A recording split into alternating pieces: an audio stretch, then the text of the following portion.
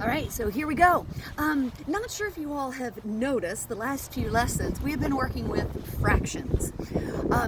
And again, you may not have thought about this before, but multiplying and dividing fractions is much more, I don't know, I hate to say it's an easier concept to grasp, but we usually teach multiplying and dividing before we do the adding and subtracting, because adding and subtracting requires finding common denominators. Well, we have taken care of the multiplying and dividing fractions. We are now moving on to adding and subtracting fractions. So this lesson, and if you have your textbook, you can follow along. There's a couple of good examples. I like how they show the steps. This is 12.6. We're going to add and subtract rational expressions. So we've already done our multiplying and dividing. We're ready to add and subtract them. Remember, when you work with fractions, you have to find a common denominator.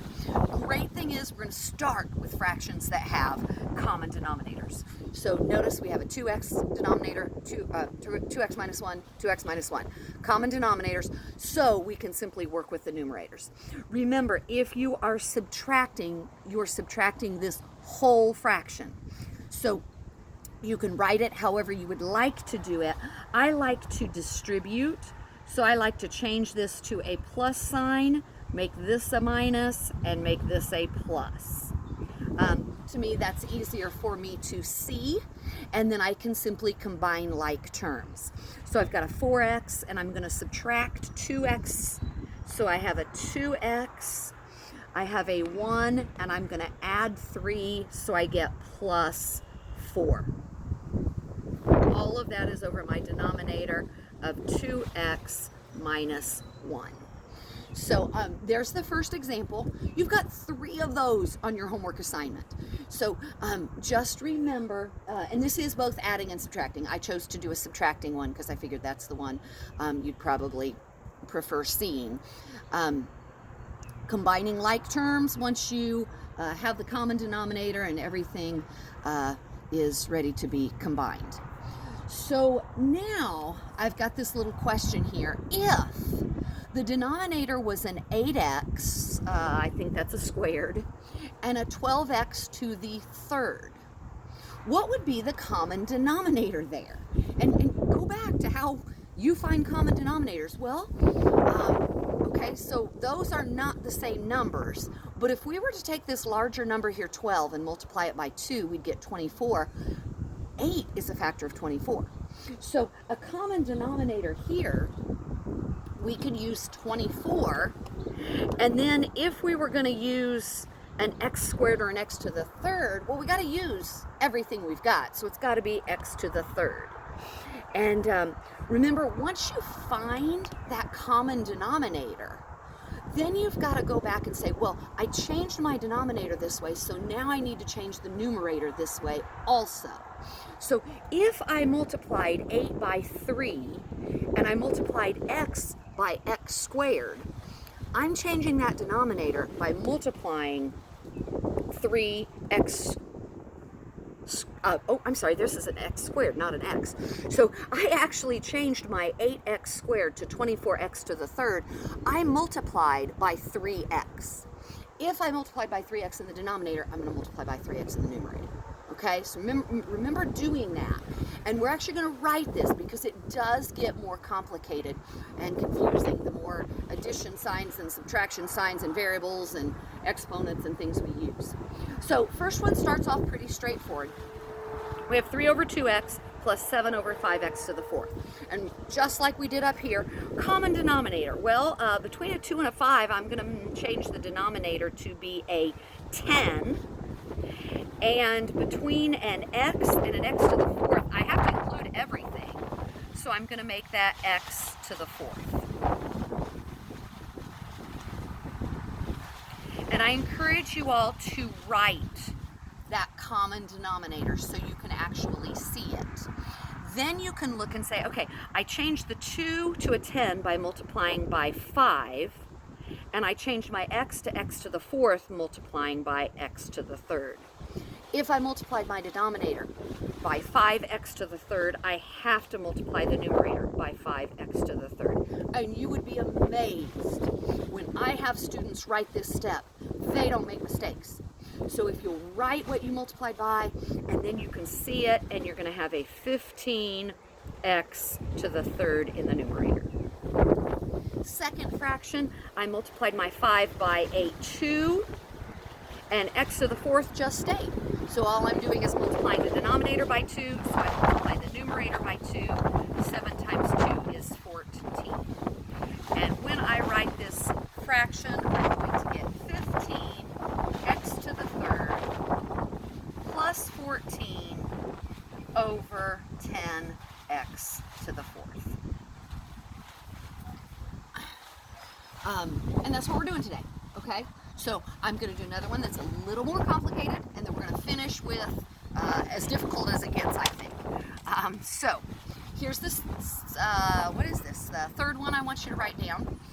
Y over y plus 1, and then I want you to add to that 3 over y plus 2. Now, keep in mind this y plus 1, y plus 2. We've got addition signs. So it's not like we can just make it, I don't know what you'd even make that, because those are not like terms. So our common denominator is actually going to have to be y plus 1 times y plus 2. That's going to be the common denominator. Oh dear, the wind blew my camera down. Sorry about that. Okay, now I don't know if it's going to stay. You may just have to watch this screen.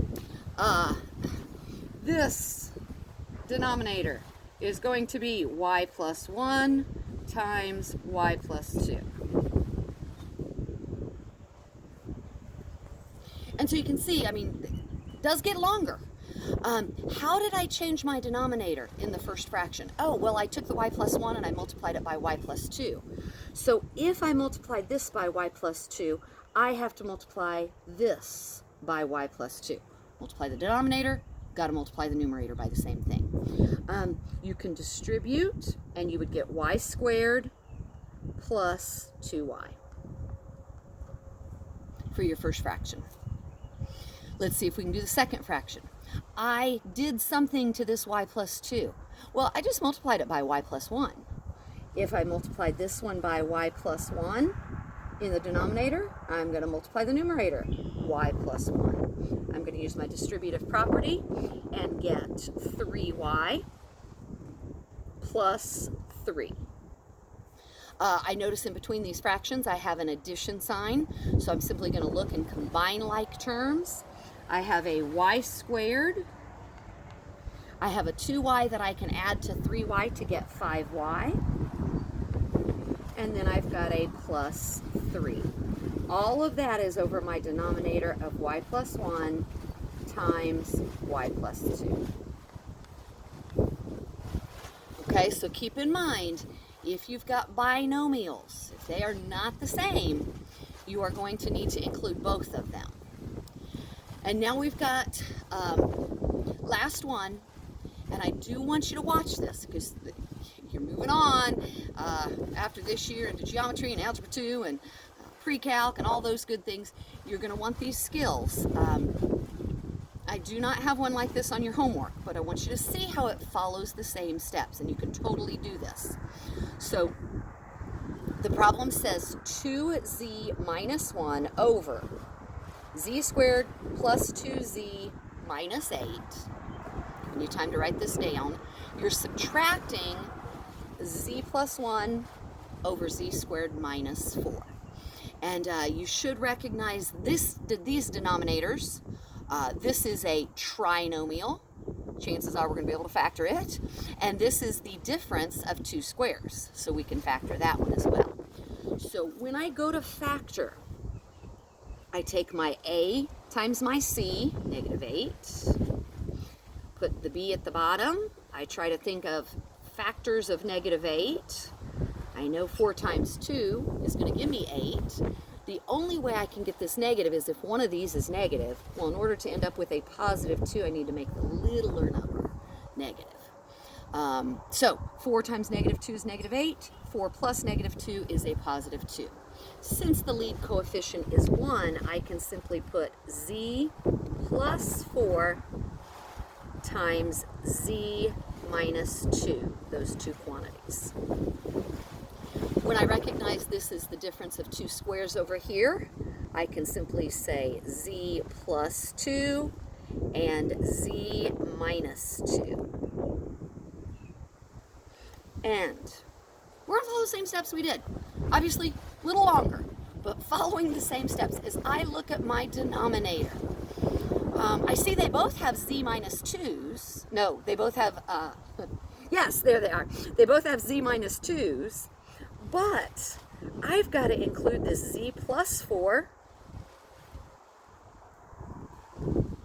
the z minus 2, and the z plus 2. All of that has to be included in my denominator so that everything is covered.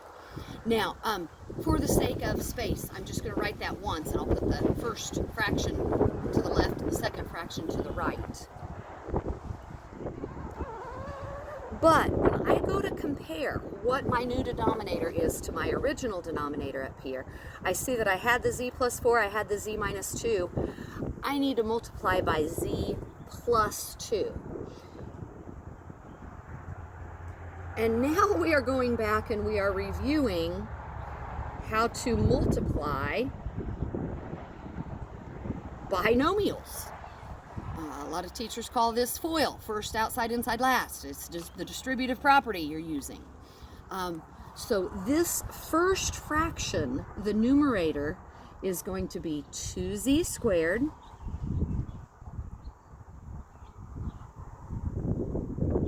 plus 4z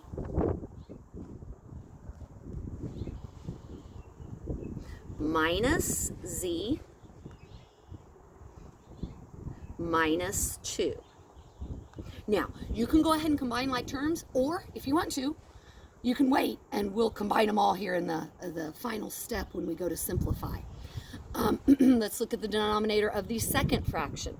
I've already got a z plus 2, and I've already got a z minus 2, but I don't have that z plus 4 down there. So if I multiplied this denominator by z plus 4, I also have to multiply the numerator by z plus 4. And I really hope you're writing this down too so that you can see it a little easier, because I needed more room on my whiteboard. But I'm going to distribute, use that FOIL multiplication property. Z times z is z squared. Now, before I go on any further, I chose this one because of this minus sign right here. I am subtracting this whole fraction. So what that means is I'm going to end up changing all of these signs. I'm going to subtract z squared. Then I'm going to distribute my z to my 4 and get 4z, but I'm going to subtract that 4z. I'm going to now distribute 1 times z and get 1z, but I'm going to subtract that z. And I'm going to take 1 times 4 to get 4, and I'm going to subtract 4.